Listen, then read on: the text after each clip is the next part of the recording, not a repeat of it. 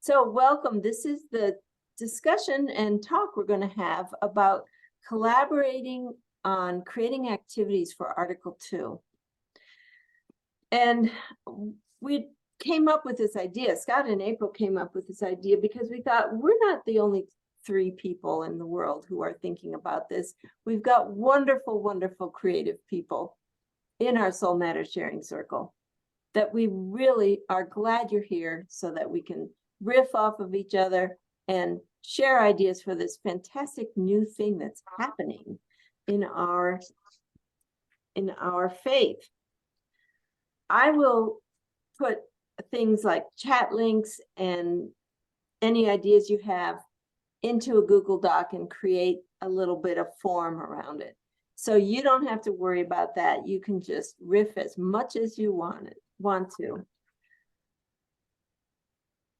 And what I wanted to say is that we're not here to help you make a certain decision in any way.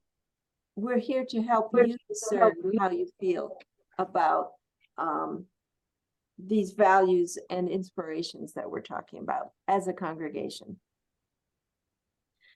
So there are really 2 overall areas that we're seeing shifting, aren't we, in the Article 2 conversations. And could you mute yourself, please? I can hear extra conversations. Thank you. One is moving from our principles to values. And we've seen some amazing graphics happening.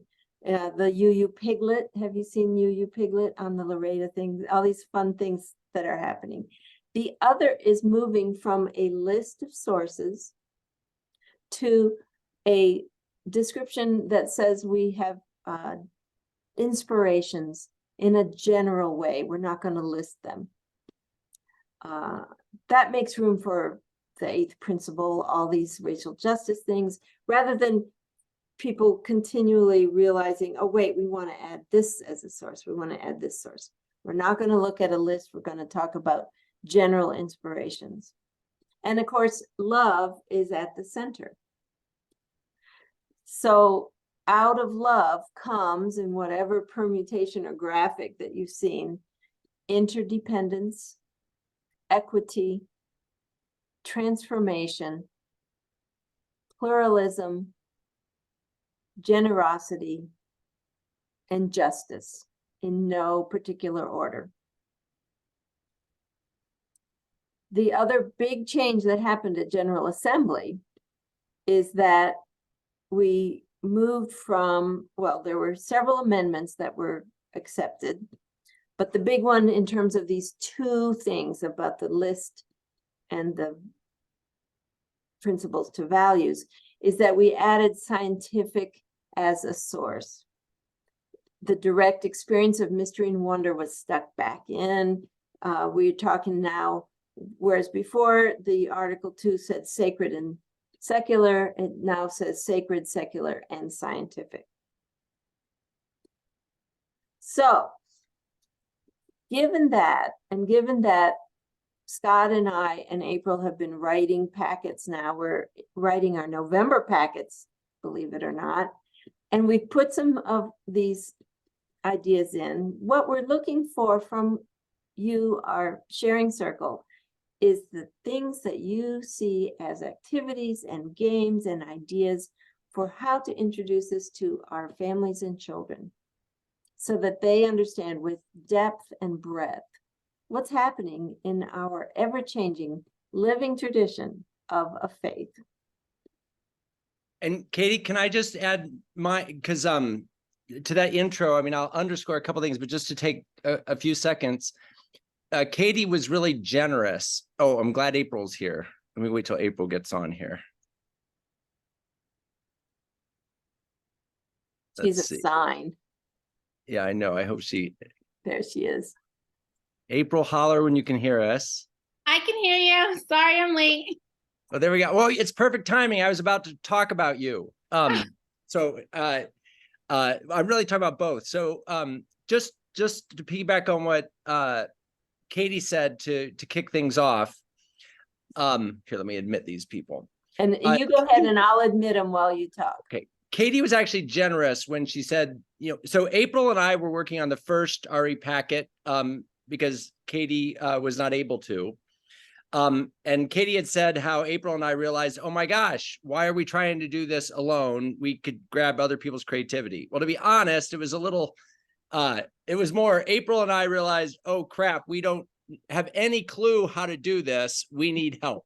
So I want to be clear that we're reaching out to you, not just for your creativity, but because like we need help. We've hit a wall. And the two places we hit a wall were exact two of what I would say the three things where we hit a wall is what Katie said. In the month of welcoming, that's where we wanted to talk about welcoming change. And we thought we wanted to help kids really understand this switch from principles to values. And then in the month of heritage, we were thinking that's where we would talk to the kids about from sources to inspirations.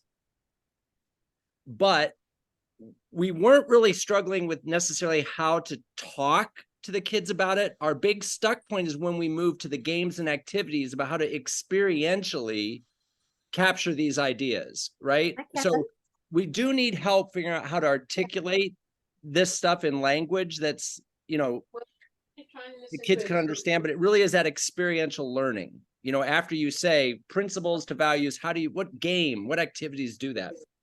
Then the other thing I just wanted to lift up that I think is important for you to know, and I'll speak for myself. I think what Soul Matters is trying to do, and I think our whole team is on is we are really trying with our packets this year and curriculum to make space and to support not a particular decision, even though we have our feelings about voting yes or no. But Soul Matters is trying to create space for, and I would put quotes, our sacred UU practice of discerning our guiding stars every 15 years. Right? That what we're doing this year is we're not just voting on a GA proposal. We are in the midst of this amazing thing that our faith does every 15 years, this sacred act of discernment. So there's just something important in my mind to really understand. This is not voting on a bylaws proposal. This is doing sacred work as a faith that defines who we are. And then related to that, the question that's being asked, and I personally feel like this is really important for all of us to get, is this question before us in this discernment is not, do these proposed values and inspirations, does this proposal describe Unitarian Universalism? That is not the question. And it's certainly not, do I think this is the way I would describe Unitarian Universalism?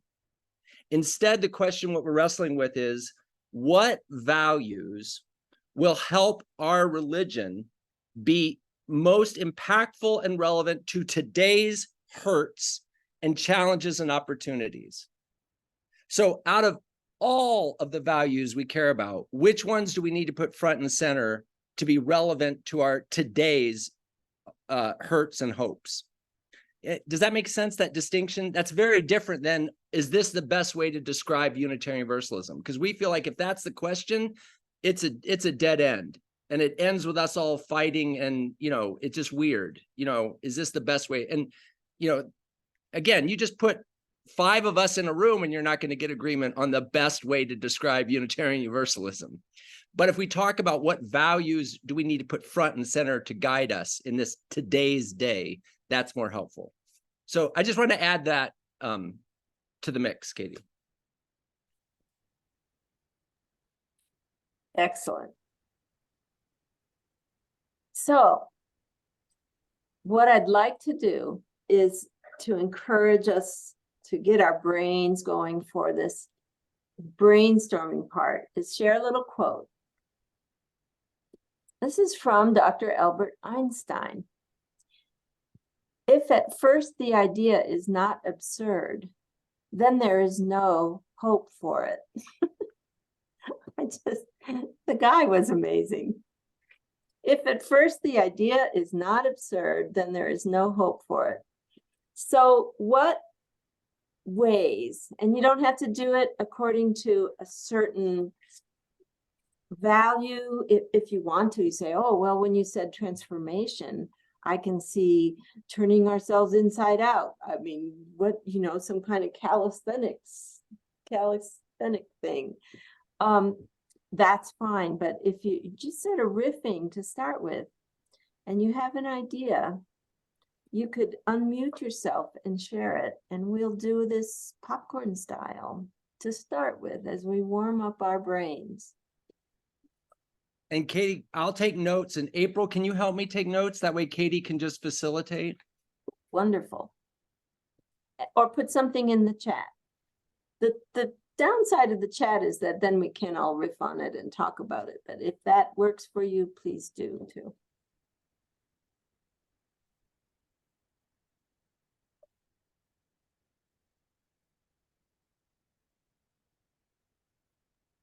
So we had an activity we did that, because when I think of this, I think of, what can we make where we take the components and we create something new, right? Yet familiar, I think, in some ways. So we took all the old short pieces of chalk, and we have lots of them, and we banged them up. Well, first we colored with chalk all over the pavement. We colored. And then when that wore out, then we put all the chalk in Ziploc bags and banged on them until they were as powdery as we could make them.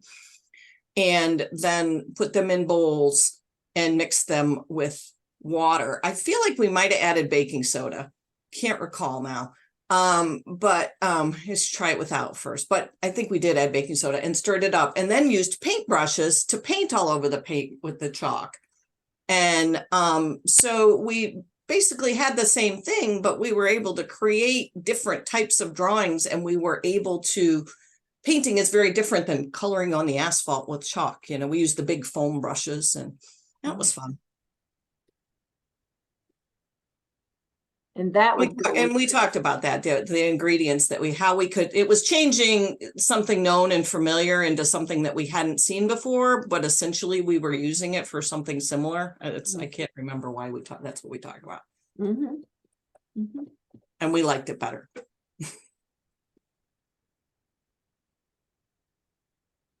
Other things. Hi. Yes. I'm Laura Piervincenzi. I've not been in this group before, but I am serve at River Road in Bethesda, Maryland, and I really appreciate the framing of this year's curriculum as gifts of our faith. And the first thing I'm thinking about, I don't have ideas for activities yet, but one thing I did determine is that I am making a bulletin board that will have a box on it that can be opened each month or whenever, and inside will be that month's theme as our gift. It will say gifts of our faith, and then you unfold the box and see it in there. And so I think that I like that framework a lot, and I'm going to use that as just as an entry into what we're talking about. That's awesome. Wonderful. And whose mind is going to gifts we receive and gifts we give when Laura was talking? What's that inspire inside of your brain?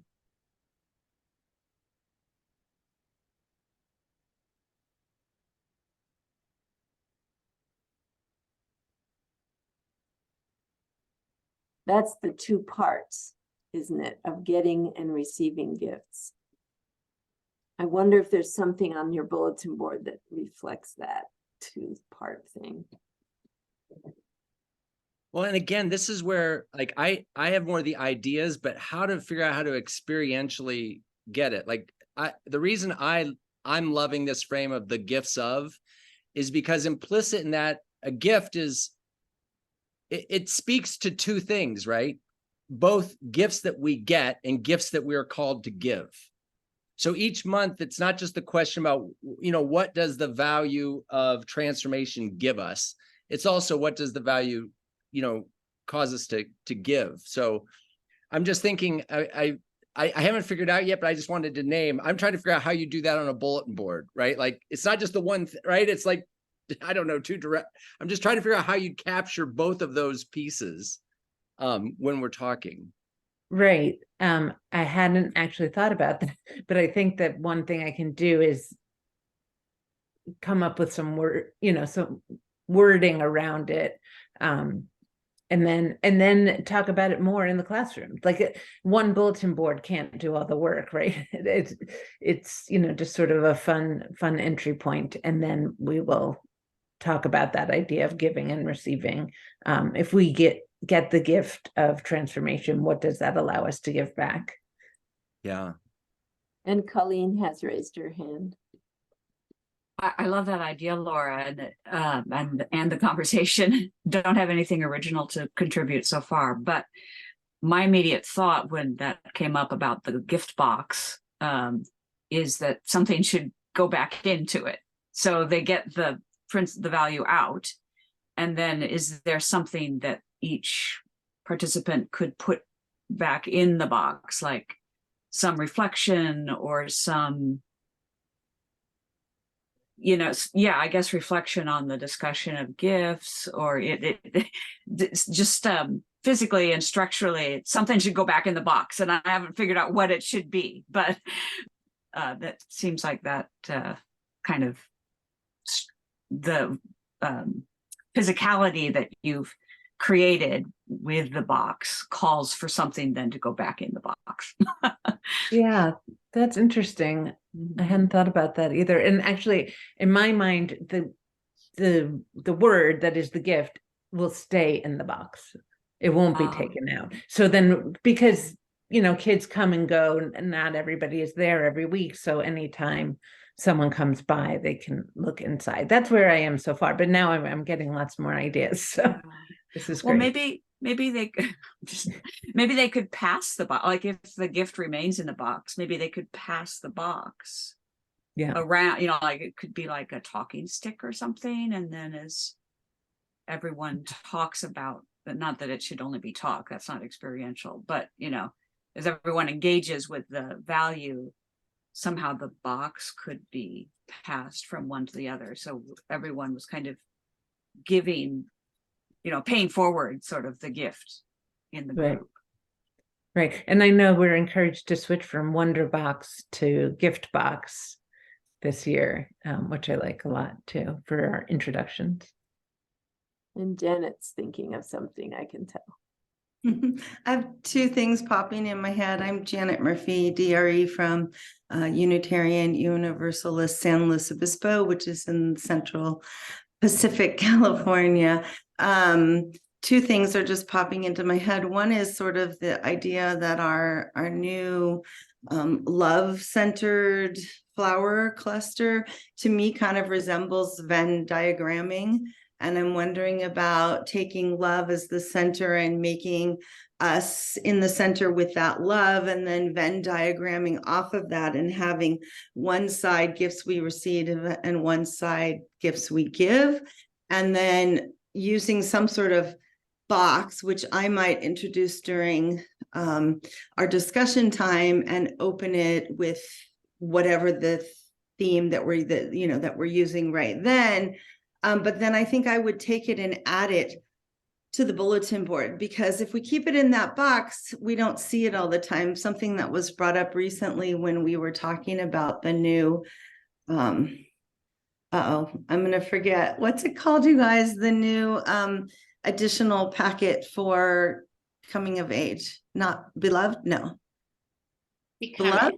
Becoming. Okay, sorry. I was stuck there for a second. I'm like thinking Michelle Obama. What was her book called? That's what I thought of when I instantly heard that. But it was something we talked about in that webinar, that a lot of people were saying they would have, children do things and keep them in a shoebox. And somebody said, what's the point of the shoebox? Because everybody wants to see what's being gathered and what's being brought forth. So I think I would take it out once we open it and explore it a tiny bit. Then I would add it to whatever space, a bulletin board or a table. And I love the idea of having sort of an experiential space below the bulletin board, whether it's a bookshelf or a table where you can add physical things. So maybe as that month goes on, I would ask the children to bring things in that represent things they either receive or give, right? For that particular thematic, whatever we're doing that month or so.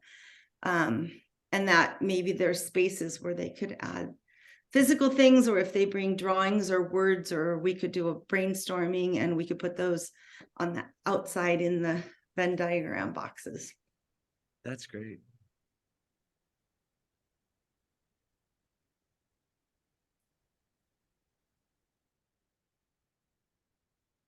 Made me think of something we did many years ago, and then I was just trying to build off of it, but I don't remember if it was in World of Wonder or what it's in, if that's even a thing, but we had something that we made in every session, and there was a value we were discussing, and these were small children, and I took cardboard and made it look like a giant like shoebox lid, like we were, and put it on the wall so it looked like the inside, the underside of the shoebox lid. And then we that year we made a paper chain covenant, so we draped it over the shoebox, and then each week or each topic that we discussed had something that we made, and if a child wanted to leave theirs there, they could leave it and get it at the end of the year. Some kids of course want to take theirs home, but we always made sure they were up there, and then we would label them whatever that value was. And it was really fun, and it goes back to that idea of that continuity, and also if you're not there, you can still see what's going on, and sometimes you get to participate and sometimes you can't. But what if there was also then on the bottom on that card, on that box, big box, that we've got the values, and that we've got interdependence and equity, and I would even suggest that you ask children when we're done, where would you like, what does that make you think about today? And some child might put it under interdependence, and some child might put their same thing under equity. But you have that thing that when children come back into the room each week, they're seeing something that they're putting together too. So I don't know. I kind of like think of, big circles of each one, or triangles going out or something. I don't know, but. That's great. I love that, Jenny. I'm Sadie Congreen. I'm the Director of Faith Formation in Nashua, New Hampshire, and got so many ideas. I didn't have any coming in, so I'm so excited that that bubbling up process is making it happen. So go team. So I'm thinking about how to make it concrete and embody it. But what Jenny just talked about is reminded me of a practice that we did pre-COVID. We do workshop choices, where kids choose either to do a wonder art workshop, art with a wow factor, or community games workshops. And this is for elementary age. And at the end of their session, the closing ritual was, I had those cardboards that you use for a science fair that fold out and look kind of official. So on that, we had all the 7 principles, and then the kids got rainbow stickers. And at the end of the day, they would lift up which principle did we see acted out, or which one did we see embodied? Which principles did we use today? And then we hear from the kids, and they make that connection. And they all want to get a sticker, and sometimes they all put it on the same one, and sometimes they try to figure out how they can get all 7. And that was the ritual that continued to tie it all together. I could see doing that with the values too. And so that's one idea. Part 2 is thinking, I love about the gifts, giving and receiving. And I don't have an example of doing this recently, but I could see it being like an improv game where you turn to someone and you offer them the gift of welcome, and this may be older kids. I'm not sure how young could do this, but they always surprise us, right? So it could be a way to show that you're welcoming someone. And then the other acts out like how they feel when they've been welcomed in that way. And because they've been welcomed in that way, they're going to go welcome someone else. Kind of like the, that domino of welcome. So that could be an embodiment activity that has movement. It could even just be gestures or, anyway, so there's a seed of an idea in there that I wanted to share. And from you, I received the song. I could see that being woven in through quite a bit this year. Even on that bulletin board with the box, like that could be on there. Okay, those are my ideas for now. But this is exciting. And I do want to share, I actually have 2 printouts that were shared on the Facebook group. This one is have people seen this? This is Pokemon with the as a, Oh my God. I don't actually know, right? So the one in the middle is lovey, so that's love. And I think this came up from a child in a program, is it Regina's church, I think? Said it's like Pokemon with like Pikachu in the middle or Eevee in the middle, and then like there's all the different ways that they could be. So this one has like love in the middle, and then like this is interdependencion or something, and it's got this little cuteness going on. So I love this, and I know kids in my program are really into Pokemon, so that could be a really great way to, that's not concrete, but it's applying it to something that they could maybe already in their vocabulary. Well, actually, I just want to highlight what I'm putting in my notes, just to make sure I'm hearing you is, I mean, the adults I know are wrestling with what is the relationship between love and the other values. And for me, if you're trying to explain to kids that, interconnection is, I mean, it's very different to say love is just the first among equals. That's very different than saying the other 6 are expressions of love. You said interdependence is one form. It seems like and again, we as a movement haven't figured out the answer to that. Are these just 7 values that love is the first among equals, or are all these others supposed to be representation, embodiments? But to the degree, if that's what we're trying to have, the hard idea we want our kids to get, I think that Pokemon does it, right? It explains this is a new embodiment of how love is still love. Right. Just shows up in this way. Yeah. And we do have church members who are struggling with using the word love in a church setting. I haven't had the direct conversations with them. But I do know that it's new for some of our members to have that as a value. And it's one of so we do core values at UU Nashua. So we're already used to this language. So we've already had our values and principles. So now we'll have values and values. But yeah, thank you. Most excellent. Thank you, Sadie. When you were saying about your dominoes improv idea, I have a little riff on that. Unless somebody else has something. Let's see. I imagined one child improvs on welcome and they turn to the next one in the class, and that child improvs on welcome and then turn to the next one in class. And so each time it's a different permutation of welcome. Oh. Yeah, that would be fun. All right, I'm changing it back, and I wonder if someone else has some ideas. Like Sadie said, hey, I didn't come with any ideas, but now I'm starting to warm up here.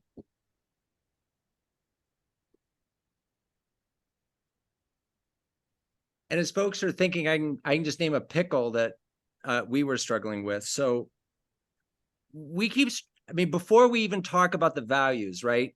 September and October is to set up the value conversation. So that's why explaining to kids, not just, hey, we're changing things, but what is what we're saying we're changing? So on one hand, I don't want to get, this is where I'd love your opinion. I don't think it's fruitful to try to articulate to kids, because I'm not sure I can articulate even to myself, what is at stake in moving from principles, the container called, principles, to values.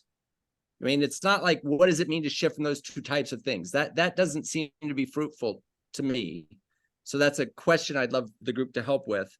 But in a sense, for me, the metaphor I've been using is the switch is not from one kind of thing to another. It's like a toolbox, right? Like Unitarian Universalism is this big toolbox of so many values, so many tools.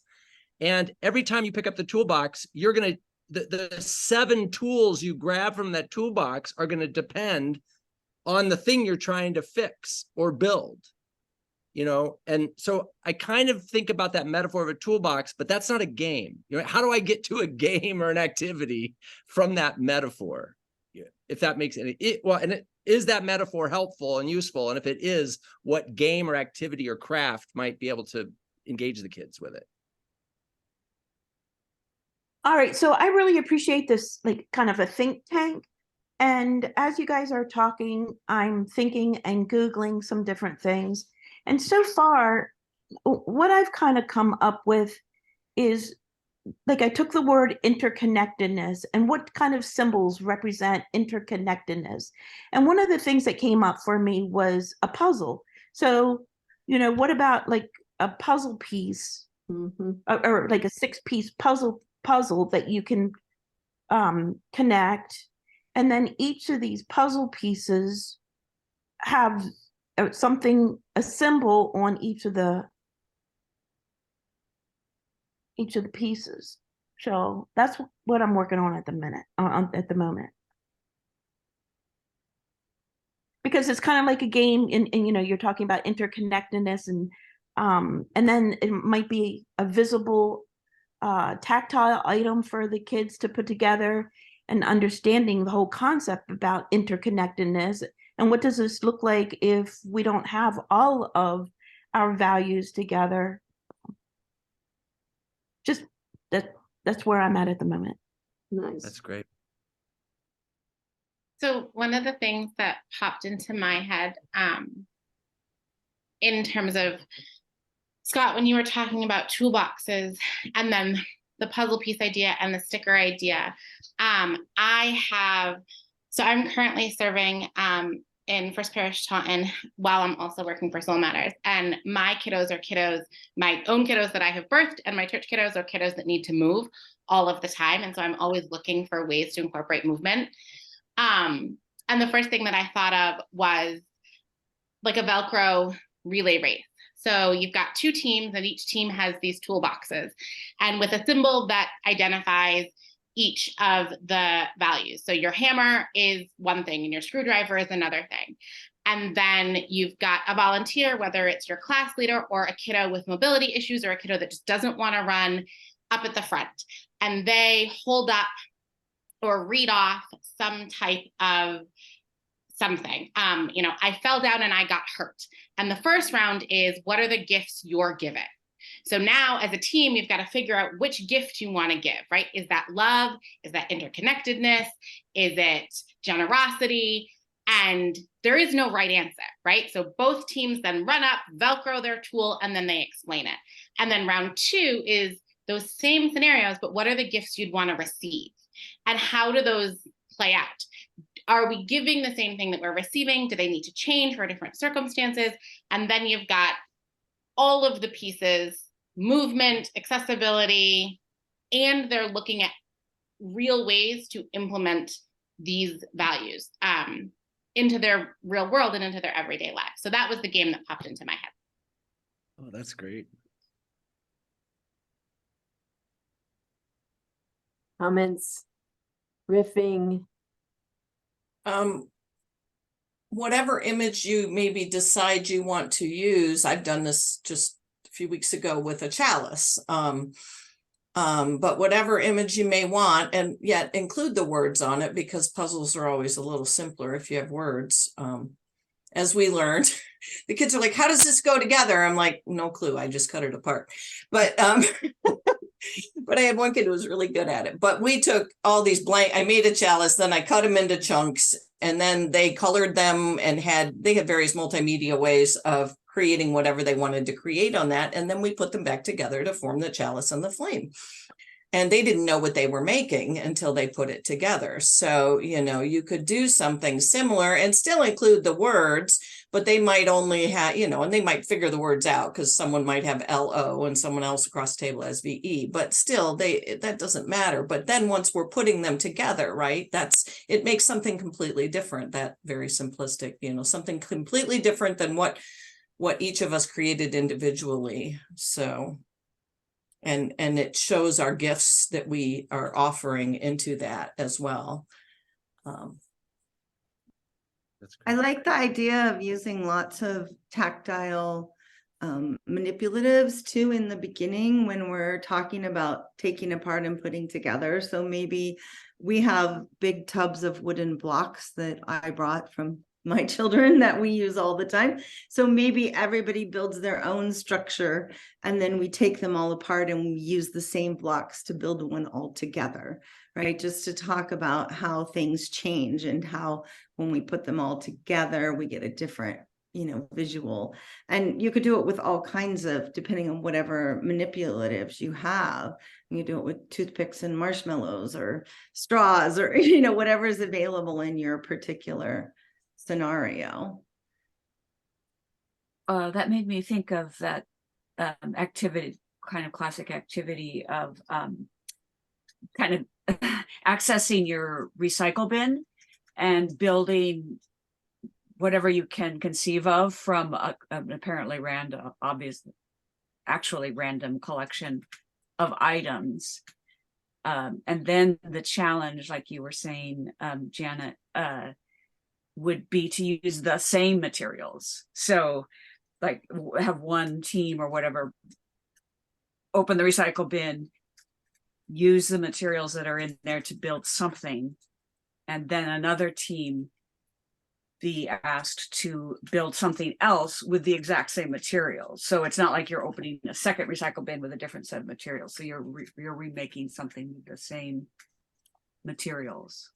I think you could also provide each team with the same materials. Like each team gets 2 paper towel roller tubes and 2 this, and you know, then ask each team to create and see how different they come up with the results. And then again, at the end, I always love combining them to see what together they can do even better. I had one other thought about the toolbox idea that Scott was talking about, because I'm a realist, so I would use a real toolbox and I would bring in some real tools and put them in that box and, you know, ask the children what could each tool represent within our values and have them sort of label them and keep that around throughout the year to talk about. Obviously, you're going to get simple ones that don't weigh 12 pounds a piece, but, you know, using that as a base for what we're doing this year, because tools represent more than just the physicality of what they do, but what the outcome can be. Like you use them to create something bigger and better most of the time, right? So that's what we're trying to do. We're trying to, you know, make a new way, a bigger, better, you know, more inclusive, more whole outlook for all of us. That's great. And I don't know if Scott knows this, but I wrote for Tapestry back in the beginning of the millennial a curriculum called Toolbox of Faith. It made me think of that, Katie, right away when he said toolbox. I'm like, oh, full circle here for Katie. For sure. Yeah.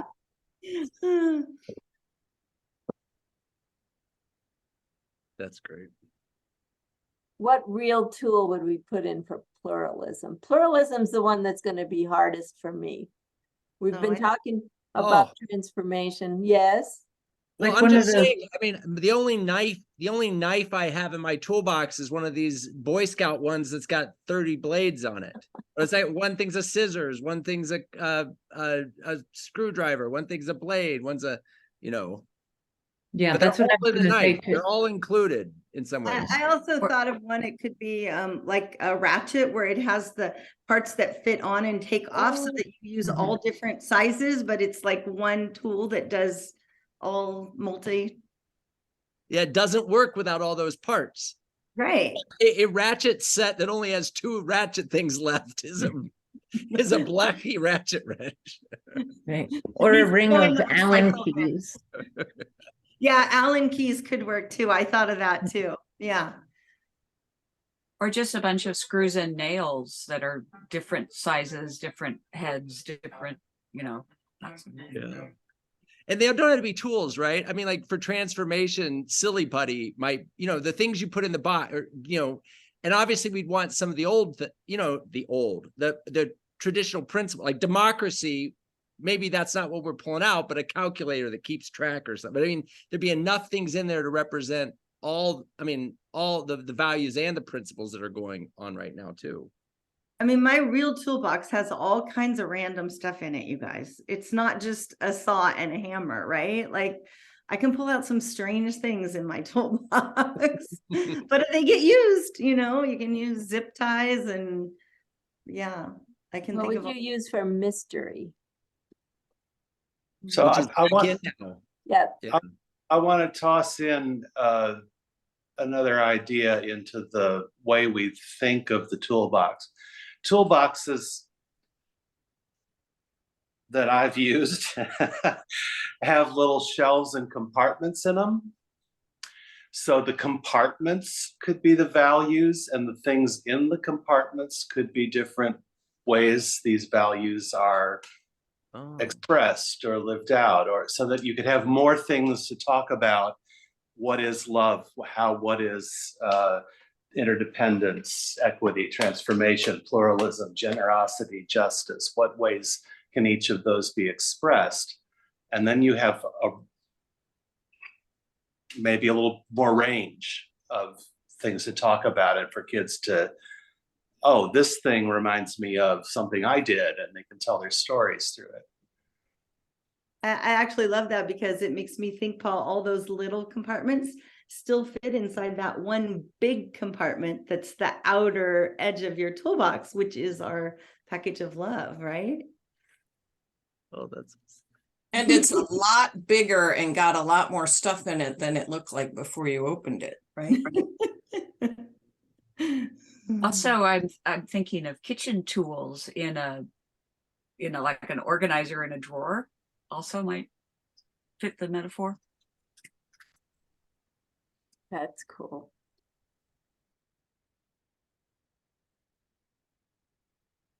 Equity, tools for equity. I'm going to be thinking about this. Measuring cups, different ones that are all half a cup, or that are marked differently. I'm on the kitchen, the kitchen metaphor, but That's great. There is a kitchen tool that I learned about recently, because I'm a kitchen gadget queen and I don't own one of these yet, but apparently it's a pair of scissors that can cut things like herbs and chives, and it's like 5 blades that all chomp at once. You guys know what I'm talking about? So someone was chopping chives and all the pieces came out like the exact same size because these 5 blades chopped them. I don't know. That just came to my mind. I should share that one reason why I started thinking about kitchen tools is because I was picturing some of my kids with hammers. Not my own kids, but the kids in the program, or they love tools and immediately go to using them for surprising purposes. So the conversation might get lost in the thrill of the heavy and potentially destructive tools. Since I'm moderating, I'm aware that we have 15 minutes left, and I wanted to make sure that those of you who haven't spoken yet, I'm sure you're thinking about something. Would you feel free to tell us what your thoughts are about all this?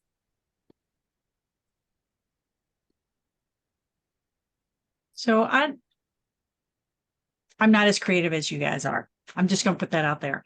But I love all the conversation that's going on. So when I was first thinking about, okay, how am I going to approach this with our children?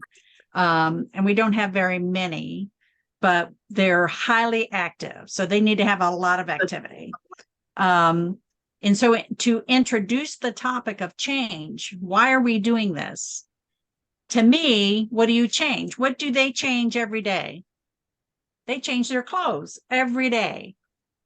And so I was thinking of saying, okay, well, as a faith, we always have to look at our clothes too. And maybe we've outgrown some. So I was going to have like clothes that were too small for the group for them to try on. Oh, nope, those don't really fit very well anymore. And also to have on other clothes that are made for grown-ups that, oh, those don't really fit very well anymore either. Not to say that you have to get rid of your clothes. You might go from a smaller pair of jeans to a bigger pair of jeans. So we may not get rid of the principles, but we're looking at it. We're looking at what we're wearing and does it make sense for where we are today? So that was the way I was going to introduce it. And the kids always like to try on stuff. And you're like, well, are they going to undress or undress? No, it'll just go for whatever they have on. But, like I can bring a diaper, try to get this diaper on. Does that fit for you anymore? And of course, they'll be like, of course not, blah, blah, blah, blah, blah. So anyway, that was one of the things. And then I didn't know, I was thinking I might do for the older kids a Jenga game where I had the principal words on one block. And then, so if they pulled out, let's just say they pulled out interdependence, they would have to pull out something that they thought it went with that value. So if you are, pulling out an independence, what value does that also? And you would have to pull out that one as well, just to get them to start thinking about the transition from, okay, I had this principle and now where does that fit with the value, to look at it. And for the younger kids, these words, especially pluralism, is going to be very difficult to get that concept across to them. That's not a word. I mean, I'm sure that the UUA or just as they did with the principles will come up with language that is better suited for younger children to introduce these topics. But anyway, to have them do, okay, here's this principle. What value do you think it is? And then have them go to different corners of the room because they like activity, so running around. So those are just a few of the things that I've been thinking about, but I love all the toolbox stuff. I'm also a big toolbox person. I like toolboxes. But it's just different ways of trying to get the concepts across to them without leading them one way or the other, that this is a good thing or a bad thing, because we as a congregation haven't decided yet whether this is a good thing or a bad thing. So, I don't want to lead them. I just want to make them think about it. Well, and I your finger on this. Kids at some point are going to tap into what adults are thinking, right? So good thing or bad thing, right? I think that's why I'm loving what you're thinking about the clothes, because I'd have to think a little bit more about outgrowing them. And if that may be like, are we outgrowing democracy? Democrat, but that's why, but it would be like, if the principles could be sunny out, like sunny and rainy, and you dress up at that. Well, what's changing right now is, now what would you put on if it's winter out? And something. So that's one where you took me. So I'm really grateful. The other thing I would just have the two big things, and again, I think we'll be talking more as we get to some of the values, but for August or September and October, like, how do we introduce the big idea to the kids? And two of the issues I know that I'm finding intimidating to do with the packets are sources to inspirations. What's at stake in that shift? And also are we leaving the principles behind? So for me, I can only think of metaphor, and I can't think of games or crafts. So for are we leaving this behind? I can think how I talk to little kids, right? Like my favorite thing when I was little was Giraffe, right? And Kitty Cat, my two stuffed animals. Now, when I got older, I was totally into Star Wars dolls. Now, did that mean when I started getting Luke Skywalker and Darth Vader that I threw away Giraffe, no, those stayed in my room, even if, so, I can see how I would play with that we're not throwing them the old ones away. But again, I don't know then how to, and so with that idea, guys, let's play this game. I don't know what the and so is for that. And then the other thing for sources, inspirations, I get how I could talk to them being, you know, what's at stake is 6 buckets, right? The people, I mean, I think what the commission was saying with the sources to inspirations was, we're trying to expand our sources. And there's something about naming just 6 wells of water that limits us. So I can see a metaphor where we talk, see these 6 buckets of water. That's a great way to get water. But then what if we look upwards and see the source of water coming from the whole sky? And there's something that if we own, you know what I mean? Like, that's what we're, in some ways I can use that metaphor to talk about. We're looking to try to expand to get water or nourishment from all of the sources in life. So from buckets to rain, but then I don't know how to go. And so with that in mind, let's play this game, or let's build, you know, so that's 2 ways in which I'm getting stuck. If anybody has any ideas. So I like confetti and buckets. And confetti can rain from the sky. And people can have their little mini buckets with confetti. We've used that in you know, where you're filling other people's buckets kinds of things, that whole story about filling other people's buckets. And we also because I think about, you know, without the rain, with all the things, it does not fill up my personal well or my community well, without the rain from the sky. So though I may only take out a bucket or several buckets this year, or my community may choose this, we still need the overall to fill that well. So but yeah, confetti is, and everybody's little buckets are really, really fun. And if you decorate your buckets, then they would have faces on them and rainbows and stars, these little buckets like this. Oh, I have galvanized ones too, but and then my confetti is all gone, but it was a lot. So that's a, without using water. And let me tell you, if you order a 1/4 pound of confetti and you think that can't possibly be enough confetti, don't order a 1/2 pound of confetti.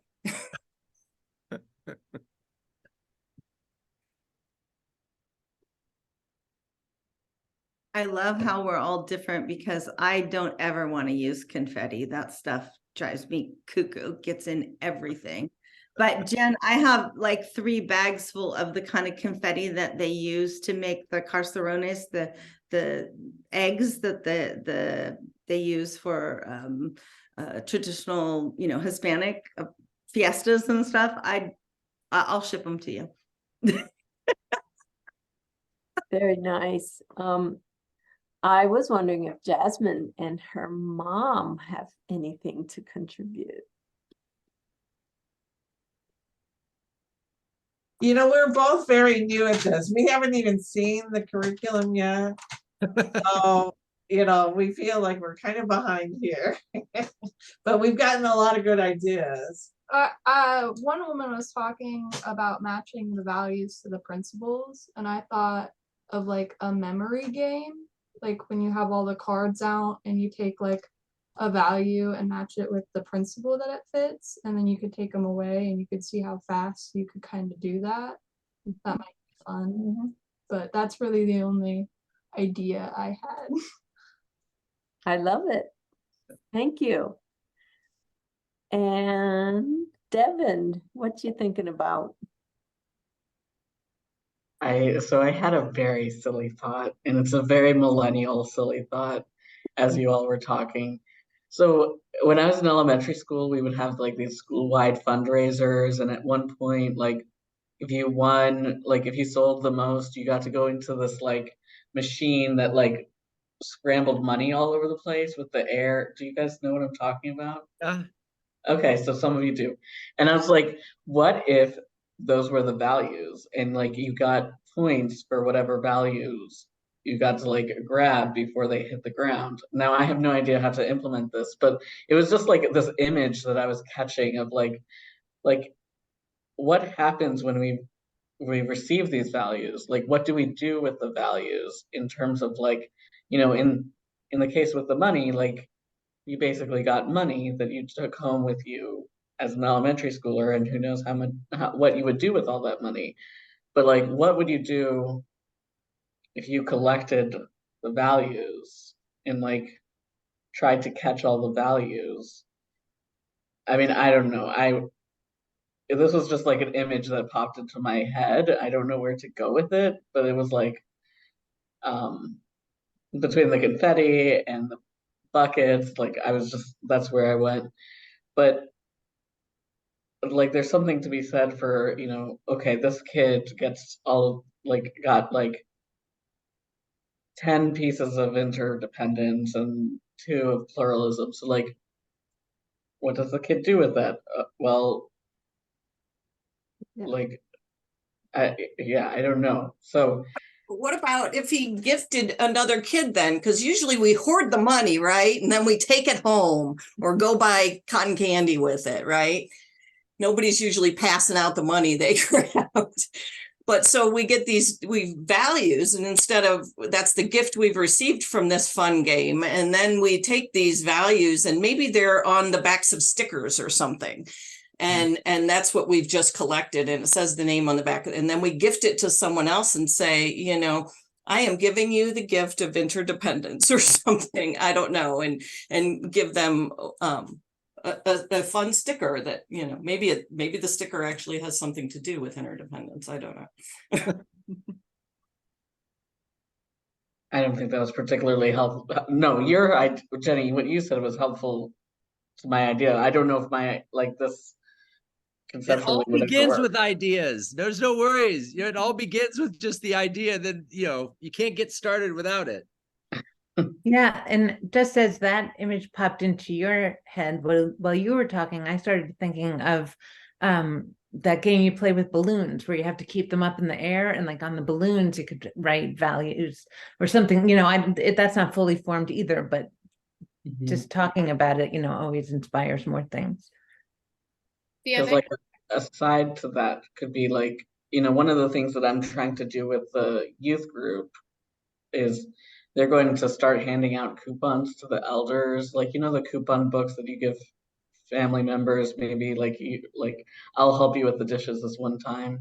Like there could be like related to the values, like the kids can decide like what gifts they might give to their community and like hand them out, and be like, like I don't know, like something to do with interdependence, like so giving a interdependence coupon to someone, like what is the action of interdependence that they can give as a gift? I could see doing that for the month of generosity, when we talk about generosity, right in there. I love that. Yeah. I'm looking at the Article 2 wording, and one thing I appreciate about it is so it's got like, say I'm looking at the generosity one. Generosity. We cultivate a spirit of generosity and hope, period. We covenant to freely and compassionately share our faith, presence, and resources. Our generosity connects us to one another in relationships of interdependence and mutuality. So each one has an example of what it looks like when we covenant with it. So I could see that being a piece that you bring out and acting that out. So we've got more to work with than just the words, which we can remember that we can go back, that they've got this covenant language around, and the promises, and what does it look like to put this, to practice this, and role play it and stuff like that. So and brainstorm first and then do a role play around giving these gifts to one another, and how that makes you feel and how it makes other people feel and what it might look like. That's what I'm thinking.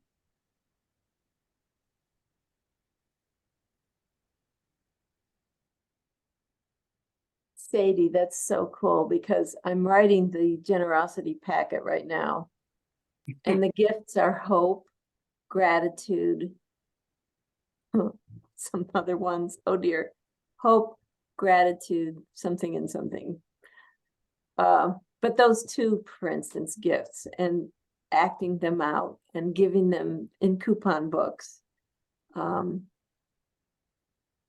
It's the random acts of kindness stuff.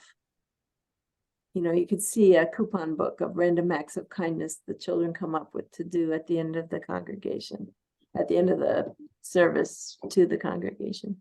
Devin, thank you. Okay, someone just knocked on my door. I gotta let them in. I'll be right back. I And was we- thinking about when you were talking, oh, go ahead, who was talking? I was thinking about when you were talking about the changing clothes and when we were but when you were talking about the sources of inspiration again, is that and movement, is that activity of standing on the line that we sometimes use for values voting, that is always a fairly big hit, especially for the older kids, really, you know, maybe even the middle school packets. But that standing on the line and but maybe starting out with simple things about their personal lives, you know, that maybe, so when you were 5, what did you believe about this? Or, you know, did you agree with this? Yes or no? Or was it right or wrong? Or whatever you put on there. It's just a thought of how we do that. And then, okay, where do you think your parents stand on this, you know, or where are you? And then where are you? And noticing the differences as we grow as humans, and then looking at transitioning to that transition from looking at the deeper words that are in these newly stated values, the way they're stated, and seeing how they feel on the line, you know, as a change from the principles. Very broad strokes. I'd have to think more about fleshing it out, but that activity for older kids. Mm-hmm. I like that. Well, let me just note that we said an hour and it's 5 past. So I want to encourage you to send us ideas as if you're walking and you come up with an idea. We are a sharing circle and we love to get ideas. I don't want to go over, but I don't want to leave anything that needs to be said. So if you would like to share one more thought, please jump in here.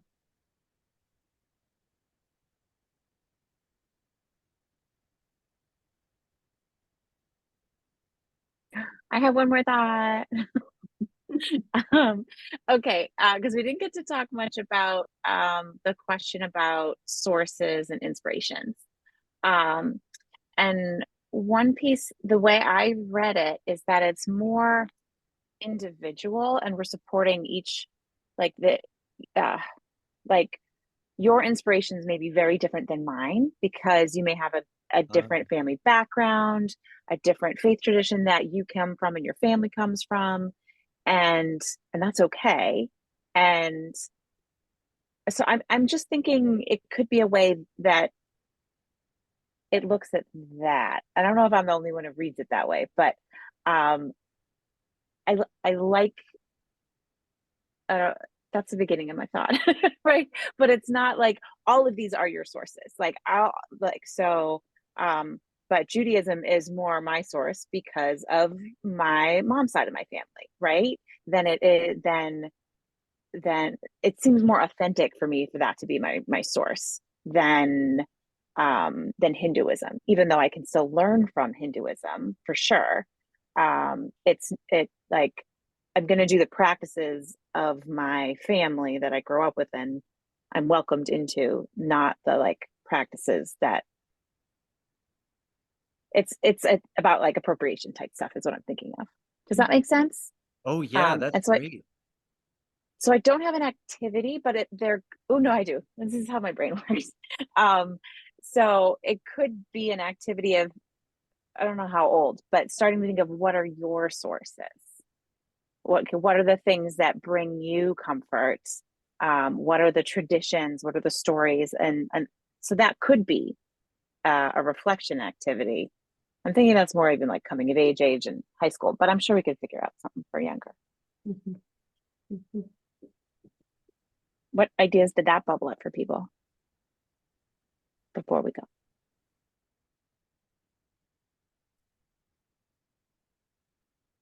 I was just going to fill up 6 glasses with, adult stuff, that I first of all, I don't love this, but I could act like I love prune juice in one, pour that in a glass, tomato juice in another glass. I mean, in 6 glasses, and say, look, so who wants to, drink from these wells?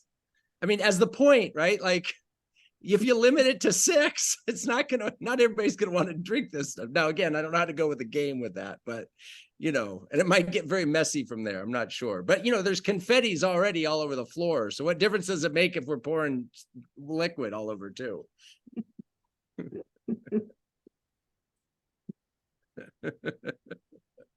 I just wanted to share one concrete visual, and that is I've worked with a circular representation, which I got off the UO website, of the principles for some time.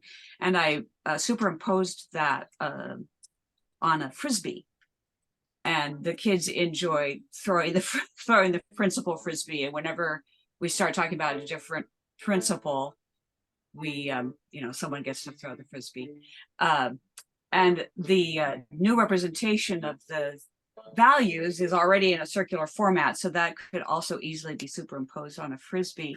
And I was just beginning to think of some kind of Frisbee game where, they're throwing them back and forth, giving and receiving, something like that. And also what keeps the Frisbee aloft? Is there something about principles that would keep the Frisbee aloft, and something about values that would keep the Frisbee aloft? I haven't gone that deep with that embodiment so far, but that's the circle format does give itself to a Frisbee interaction of some sort. I've done things like that with a beach ball also, because you can write, in the different panels, and then you throw it, and wherever their thumbs land, usually I do it as like a getting to know you game. So they have general questions on them. Oh, that's interesting. Like the fly, the little thing you do, the paper thing, you're doing the same thing with the beach ball in a way. Yeah, basically, yeah. So you toss it where your thumbs land, then you read the question, like it might say, what did you do this, or tell us something you did this summer, or, whatever, icebreaker type stuff. Yeah. Nice.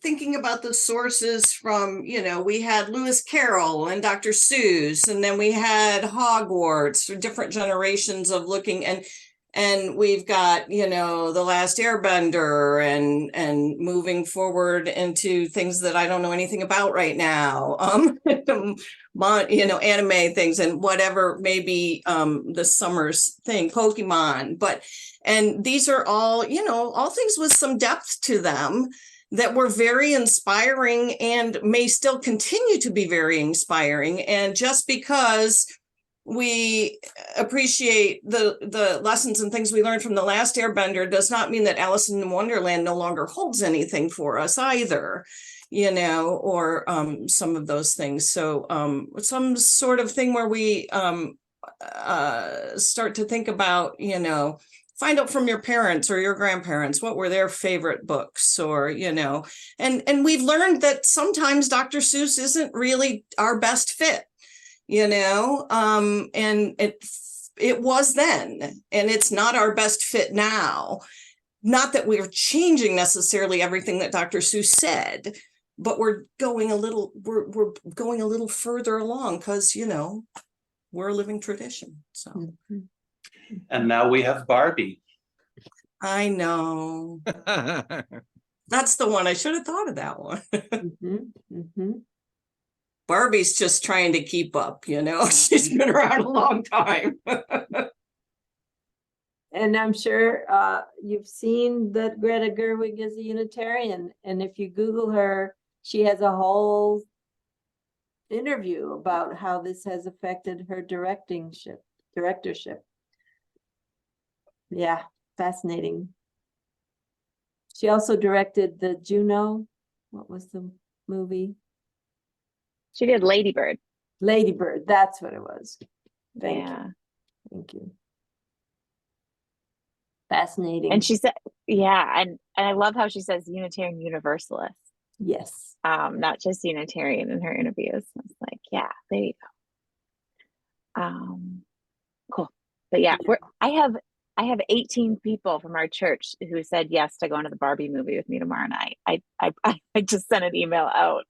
There's a place near us where you sit at tables and you can order food, and so we're all just I got a few tables and movie night. Anyway. Cool. Well, before we all just go, I just wanted to thank you all for coming and appreciate deeply on behalf of Scott and April, you are helping us with this. It's great. And we were sort of thinking of doing this again as we evolve, maybe late October, early November, before we hit the holiday season. So look for that same kind of email, because we are an evolving week. This is our soft start for Soul Matters. How do we do Article 2 stuff? So once again, deeply appreciated, and thanks for joining us. Enjoy that Barbie movie. And I would only add, Katie, that remember, if you have a good idea, this is why we have the Soul Matters RE Facebook page. You don't have to, if you've missed the chance to get an idea in the packets, plop it there. I mean, you can always send it to any of, to April or Katie, but I mean, just remember that you can send it directly to each other. A game, I mean, we're looking for these things, right? The games or activities. So the Soul Matters RE Facebook page is a great way to dump it even last minute. Okay, bye everybody. Thank you.